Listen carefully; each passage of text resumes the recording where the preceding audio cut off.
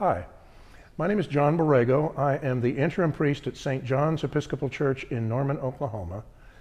And this is the first of a series of talks about the emergence of early Christianity in the first centuries of its existence. Today, I'd like to talk to you a little bit about the world of Judaism from which Christianity emerged, and also the world of the Roman Empire into which it spread.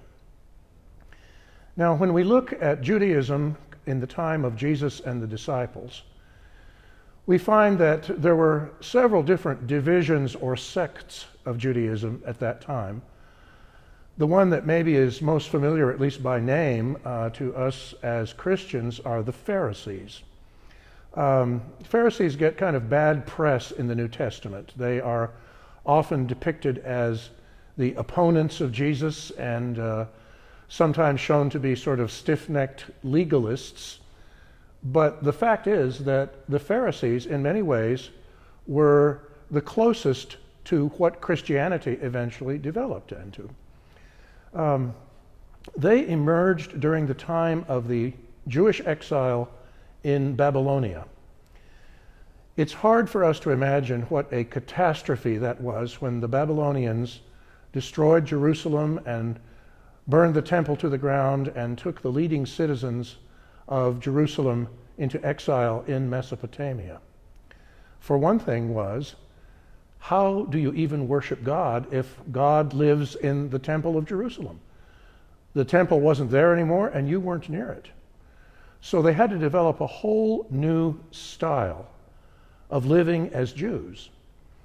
And this basically meant that each person becomes responsible for how they live and how they observe the law, something that we Christians have inherited from that part of Judaism. We are collectively the church, but we take individual responsibility for how we live out our lives. We also hear in the New Testament Gospels of the Sadducees. The Sadducees were the priestly class, those who centered their lives around the temple that was eventually rebuilt in Jerusalem. They believed that the sacrifices and acts of worship in the temple itself were the most important as far as the relationship with God was concerned.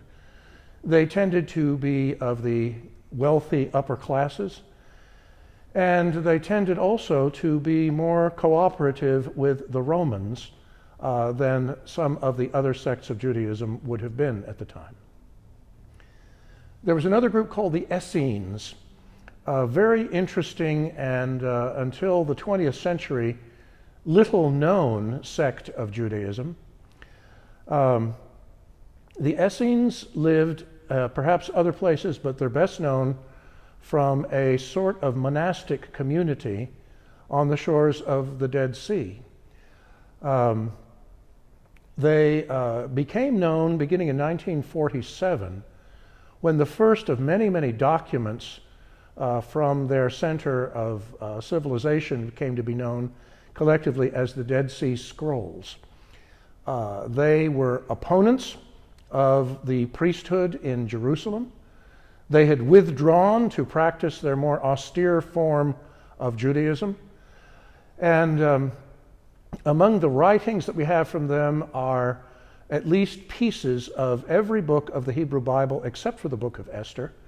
They also had their own literature. There was a book that they wrote called The War of the Sons of Light and the Sons of Darkness. It was in many ways very similar to the book of Revelation. It was about an apocalyptic war that was come at the end of time.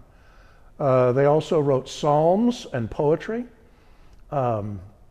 And they looked forward to the coming of their end times figure, who was not the Messiah, the descendant of David, but was known to them as the teacher of righteousness. Another group of Jews at the time of Jesus were known as the Zealots. These were the ones who actually practiced guerrilla warfare against the Roman occupation. Their Romans referred to them as sicarii, that is, men who carry daggers. They were considered to be terrorists and assassins, and it did not go very well for them if they should fall into the hands of the Romans. You might remember in the story of the trial of Jesus before Pontius Pilate, that Pilate has another prisoner by the name of Barabbas, who is referred to as a bandit who was charged with murder. He might very well have been one of these zealots. Well, let's move beyond the world of Judaism to the wider world of the Roman Empire. The Jews were known to the Romans, but not considered particularly important for a matter of many, many years. The Roman general Cnaeus Pompeius Magnus, known to English speakers as Pompey the Great, arrived and conquered Jerusalem in the year 63 BC. The Romans at that time decided not to directly send in colonial administrations to the territories they conquered.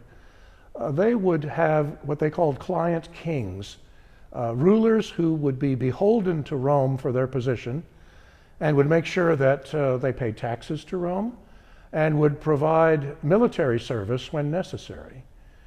So, the king who modestly called himself Herod the Great became a client king of the Romans. And thus was Judea, as the Romans called it, brought into the world of the Roman Empire. At the time of Jesus' birth, the Emperor Augustus was ruling in Rome.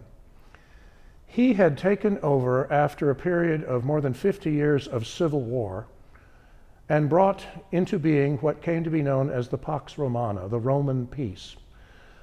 There were conflicts here and there on the borders of the empire, but for the most part, the empire was a very peaceful place, which made it ideal for the eventual spread of Christianity.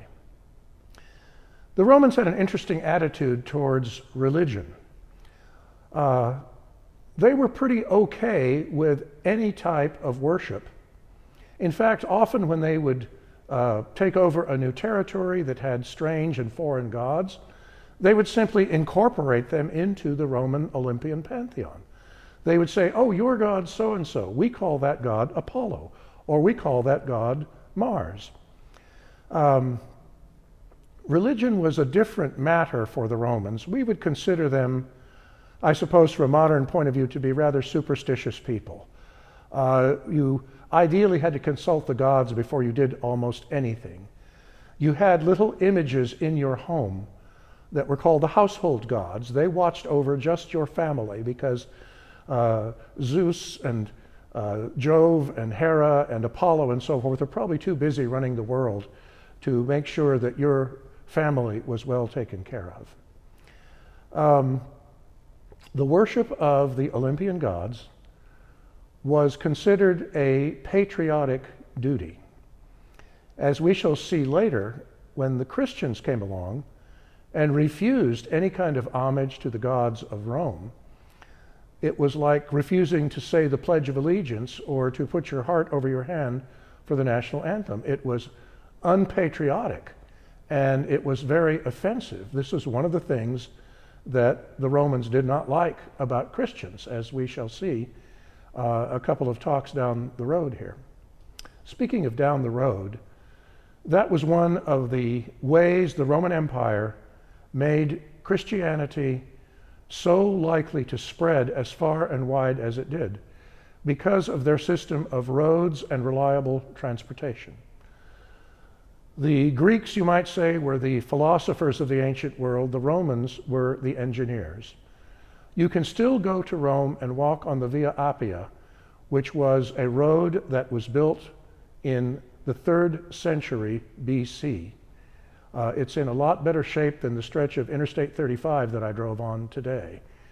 Not only did the Romans have this network of roads that went all over their empire, they also had safe and reliable sea transportation.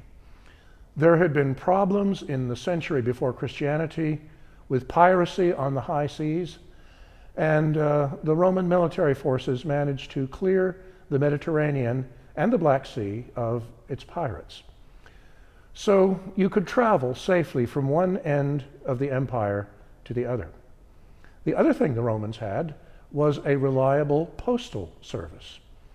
You know that about half of the New Testament are St. Paul's letters to one place or another. Well, St. Paul would, wherever he was, he would write those letters, and then he would consign them to perhaps a ship's captain or a military unit that was going from one place to another, and he could be pretty sure that they would get where they were going. So he could be far away but still offer his teaching, his support, and his wisdom to distant churches and distant communities. So that was the world that Christianity was born into.